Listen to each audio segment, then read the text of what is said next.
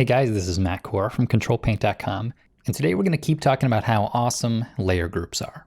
In the last video, we looked at how a layer group can use a mask to great benefit. But today we're going to talk about the idea of drawing overlays. So before we deal with a group, I just want to show you on its own layer. If I were to paint a stroke like that, and I wanted to, give it some lines that were only on top of its shape, I could make a new layer, paint with some color. Here, I'll just do stripes like that. And then if I convert it to a clipping mask, it is now limited to drawing only on top of that shape below. There are different ways to do that. You can Alt-click between the two layers, or I've actually assigned mine to a keyboard shortcut, so I can just toggle it on and off. They're not attached to each other. If I move the underlying layer, the top one stays put. But you can see the relationship here. And if you want to know more about this, I've linked some videos below that describe it in greater detail. Okay, so that's the principle. What's so nice about a layer group is that you can do it to all of these items at once. So here I have a layer that's sitting on top of the group, and I'm just going to do atmospheric perspective first. So let's say I want to have like a haze here on top of these items. So I'm going to paint in kind of a fog that's, more in the back, less in the front, but I only want it to go over top of these spheres. So I do the same thing. I convert it to a clipping mask, and now anywhere I paint is going to stay limited to where these spheres are. Another example would be a strong light source. So here I'm actually going to paint with the linear dodge blending mode, and I'm just going to paint like a strong light source that's glowing a little bit. If I just want to guarantee that this only goes on top of these balls, I convert it to a clipping mask, and now it's only going to go over top of these balls just like that. The caveat here is that were I to move one of these, the overlay is not connected. Remember, that overlay is just a single layer that is being clipped, as in it is a clipping mask that affects all of these other layers. So it's really handy to do what would be a large change. I want to affect each of these layers essentially individually.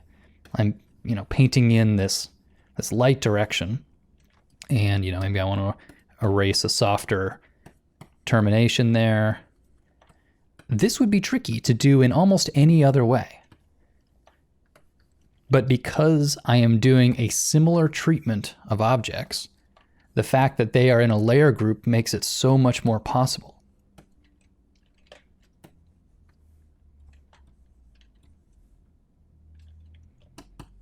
And a really great addition to this idea is that these can stack. So let's say I want to have some linear details, like some swirls or patterning. Okay, easy to do. I'll make another layer, make it a clipping mask, and I can drag it down below the light beams. So here now I am just drawing detail lines, and you can see that it's both staying inside the spheres, so it's drawing exactly where I want it to go, and that's because it's clipped to the layer group, but it's also below that light layer.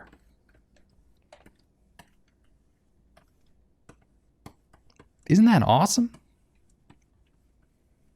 Here I'm able to do very quick design exploration and not have to worry about going outside of the lines. Now, what if I were to bring in a texture? This works in the exact same way. So here I'm going to set it to overlay and get it kind of looking the way I want to. Okay, that's nice. And then I can just clip that to the group. And once again, the order is completely up to me. So I'm going to lower the opacity a little bit. And here you can see I'm working on a clipping mask that has another clipping mask above it. And if that's true, you can duplicate it, and it just creates another clipping mask by default. So here I'm just holding down Alt and dragging and free transforming. And you can see I'm putting overlays really quickly over top of these different spheres. The light is sitting on top of the overlays, the pencil lines are sitting below the overlays, but none of them are going outside of the lines. So I encourage you to give this a try. Using layer groups like this is, well, it's nothing like traditional painting. But once you start messing around with it, you'll see just how cool it is. So stay tuned as I continue to talk about awesome stuff that's possible, and I'll see you in the next video.